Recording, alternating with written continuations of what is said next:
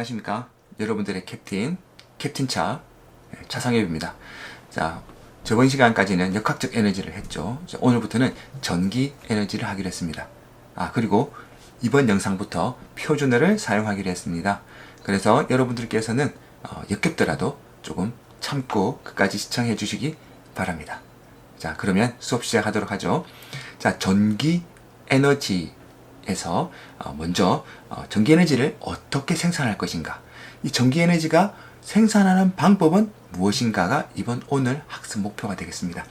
자, 그러면 먼저 여러분들이 예전에 못에다가 종이를 감고요, 그 다음에 여기다가 코일을 감습니다. 코일, 에나멜선을 감아요. 이렇게 에나멜선을 이렇게 감아요.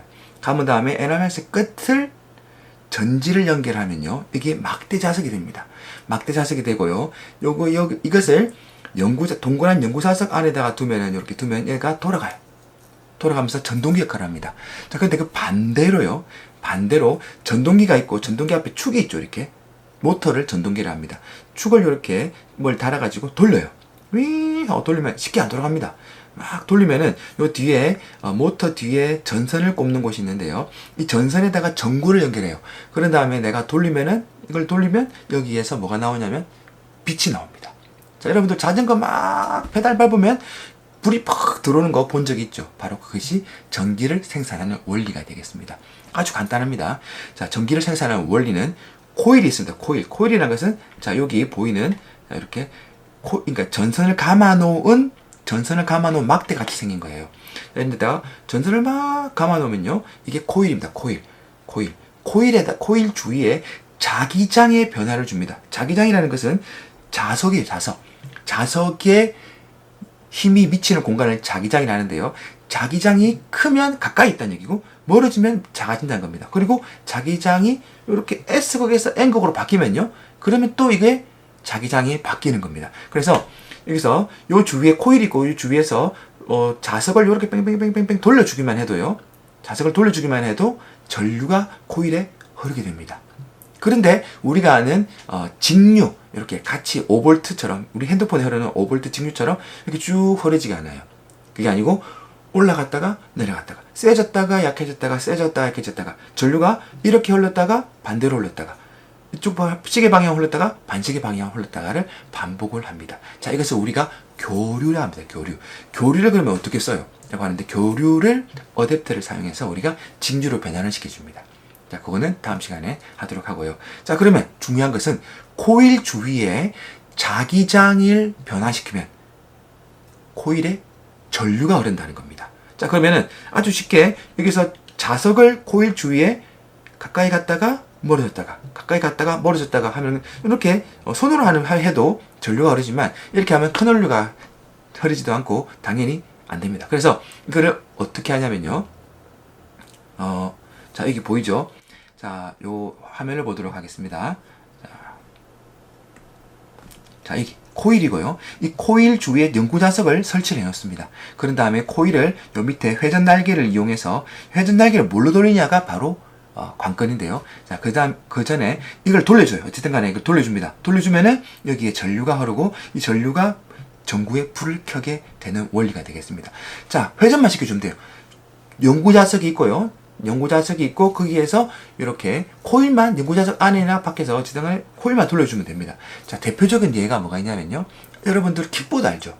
애기들 타는 킥보드. 자, 킥보드가 굴러갈 때 불이 반짝반짝 하는 걸 본 적이 있을 겁니다. 그 안에 뭐가 들으냐면요, 바로 코일이 있고요. 그 다음에 그 주위에 이렇게 연구 자석이 있습니다. 연구 자석.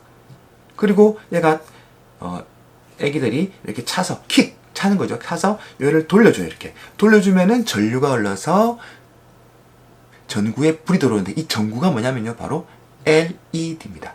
LED라는 것은 발광 다이오드인데요, 다이오드 특성은 한쪽으로만 전류가 흐릅니다. 반대쪽으로 전류가 흐를 때는 불이 안 들어와요. 그러니까 말했죠. 요거는 교류이기 때문에 플러스에서 마이너스 흘렀다가 마이너스 플러스 흘렀다가 이렇게 계속 바뀝니다. 이렇게 바뀌는데, 이걸 우리가 교류라고 해요. 그래서 이쪽으로 흐를 때는 불이 들어오고, 이쪽으로 흐를 때는 불이 들어오지 않고, 이걸 계속 반복하게 됩니다. 빠르면 빠를수록 여기에 더 빨리 깜빡깜빡 하는 거 봤죠? 그것이 바로 발전기의 원리가 되겠습니다. 자, 그러면 여기에서 번외로 우리가 쓰고 있는 교류, 가정에서 쓰는 교류는 물론 학교도 마찬가지고요.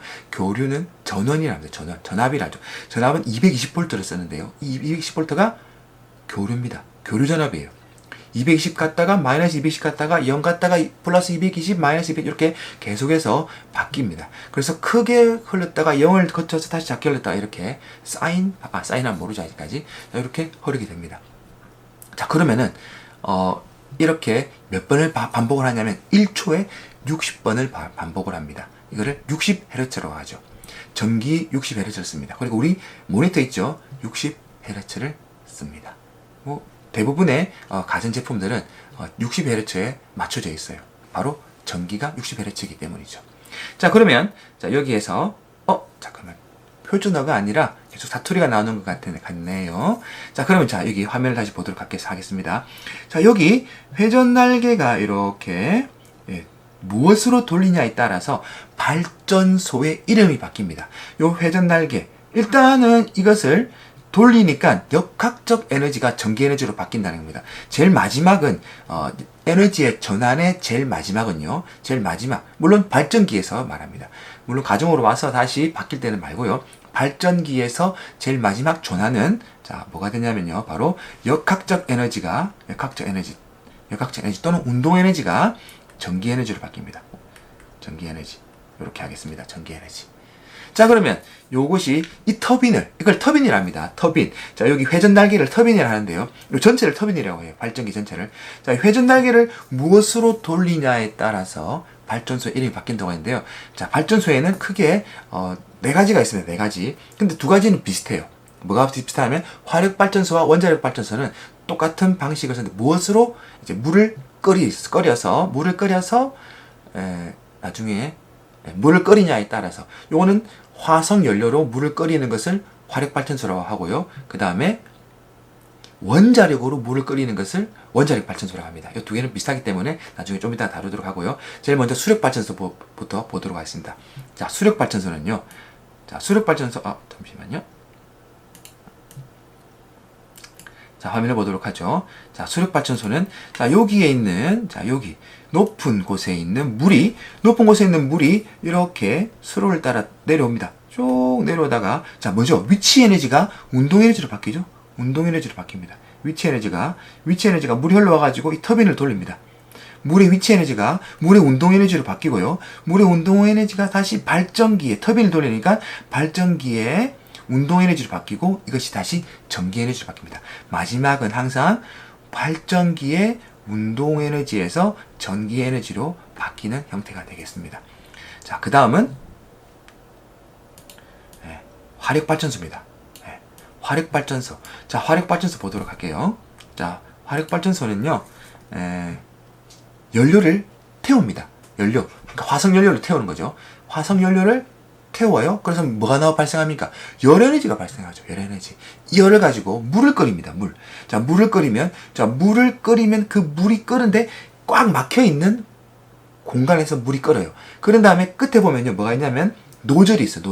노즐이 있어가지고 노즐을 꽉 닫아놨다가 나중에 노즐을 열어줍니다. 노즐이라는 것은 아주 좁은 구멍을 말하는데 요 사이로 수증기가 굉장히 센 고압으로 쫙 뻗어 나옵니다. 이 고압으로 터빈이 아까 말한 회전 날개가 돌아갑니다. 이렇게 팽팽팽팽팽 돌아가요. 자, 그러면 이게 돌아가면 터빈을 돌리면은 뭐가 발생한다? 네, 전기 에너지가 발생하게 되겠습니다. 자, 그러면 자, 여기 자, 석탄, 석유, 천연가스 같은 화석연료죠. 화학에너지입니다. 화학에너지가 자, 열에너지로 바뀝니다. 열에너지 보일러에서 이렇게 열에너지로 바뀌고요. 물을 이렇게 데웁니다. 물을 끓이고요. 자, 여기서 큰 압력으로 터빈을 돌리게 됩니다. 자, 그러면 냉각기를 통해서 다시 식은 것은 다시 가서 여기 다시 끓여지고 이걸 반복을 하게 되는 거죠. 자, 다시 보겠습니다. 연료의 화학에너지, 그 다음에 열에너지, 수증기의 운동에너지, 발전기의 운동에너지, 전기에너지 이런 식으로 되겠습니다. 자, 그 다음에 원자력 발전소는요. 이 물을 무엇으로 끓이느냐 그것만 다르다고 했죠. 거기서는 우라늄이라고 하는 핵 연료봉이 있어요. 여기다가 아주 작은 중성자 하나, 중성자 배웠죠? 예, 양성자, 중성자 할 때 그 중성자예요. 그 중성자 하나가 우라늄에 가서 굉장히 빠른 속도로 가서 우라늄을 때려요. 우라늄이 깨집니다. 반으로 탁 쪼개져요. 그래서 이거를 핵 분열 방법이라 합니다. 태양에서는 핵융합을 합니다. 수소 4개가 하나의 헬륨으로 합쳐지는 핵융합을 하는데요. 자, 요거는 우리 지구상에서 지금 하고 있는 모든 원자력 발전은 핵 분열입니다. 우라늄이 쪼개지고요. 쪼개졌다가 다시 붙어요. 왜? 불안전하기 때문에 다시 붙습니다. 다시 붙을 때 질량이 줄어듭니다. 질량이 줄어드는데 이 질량이 줄어든 만큼 에너지가 되는데 그러면 그 양이 얼마냐? 자, 아인슈타인이 말했습니다. 이 에너지는 mc 스퀘어, mc 제곱인데요. m은 질량, 줄어든 질량이고요. c는 빛의 속도입니다. 3 곱하기 10의 8승의 제곱입니다. 어마어마한 에너지죠. 이 에너지가 나옵니다. 그래서 원자력 발전은 굉장히 적은 비용으로, 물론 설비는 굉장히 비싸죠. 설비는 굉장히 비싸지만 굉장히 적은 비용, 연료 비용으로 굉장히 큰 에너지를 냅니다. 그렇기 때문에 우리가 원자력을 줄여야 되겠지만 그래도 의존 비율이 굉장히 높습니다.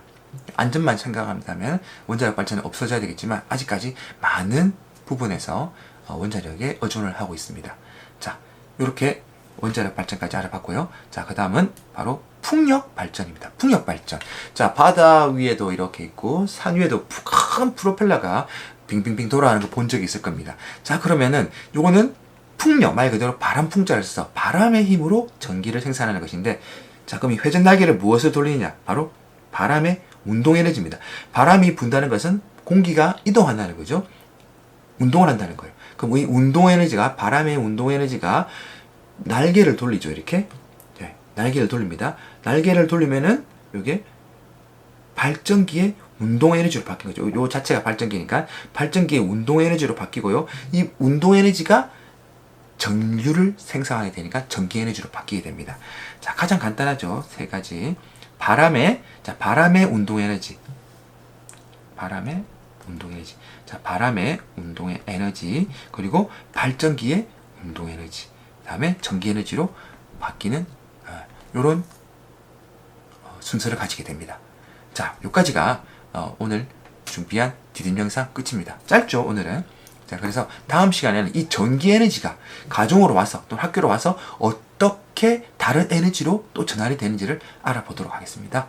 자, 그러면 표준어가 굉장히 조금 사용된 것 같죠?